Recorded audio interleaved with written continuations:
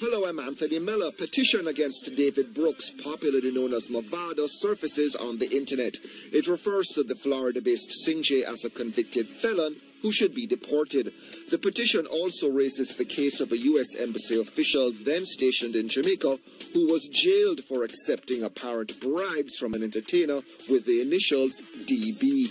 The petition comes after a newspaper report that MaVado was suing a local parliamentarian over an unfinished building project. Reggae Studies academic Donna Hope says there are signs MaVado may be back home sooner than later. If it is just a rumor, and I am assuming it is more than likely not a rumor, he probably should be here soon. There was an article in the newspaper about challenges with the mansion for it that just suddenly surfaced for a property that should have been completed 4 years ago. So it's all of these things seem to be threads that are pulling together. He had been going through this appeal process to appeal the denial of a green card for which he had applied based on a marriage. That appeal process has ended, and the appeal has been denied as well. What this means is that MaVado now has no papers. He has no status in the U.S. He has no work permit, green card, or visa. And so what will happen next, either he will come home or they will, as they say, sign an order of removal. That's they know that term. They call it deported. There's no such thing called a deportation order. It's an order of removal, and they'll take him out of the country. I'm sure that he's coming on before they do that, hopefully. So you, Donna, hope expect to see MaVado back in Jamaica next week or the week after that? Soon.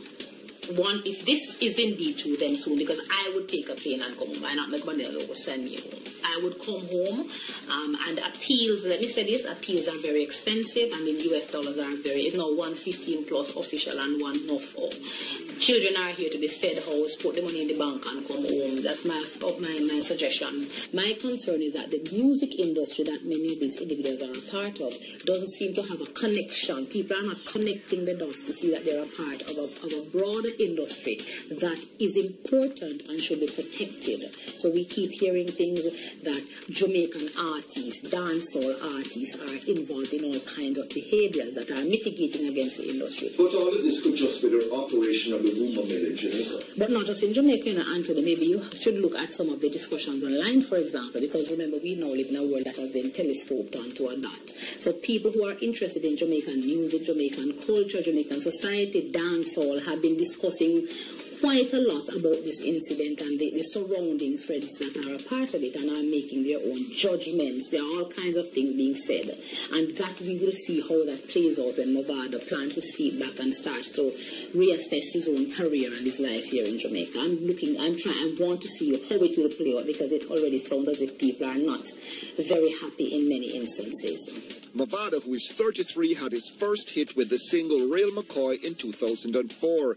He won a UK Mobile Award in 2008 and signed with US music producer and rapper DJ Khaled's record label We The Best Music Group in 2011.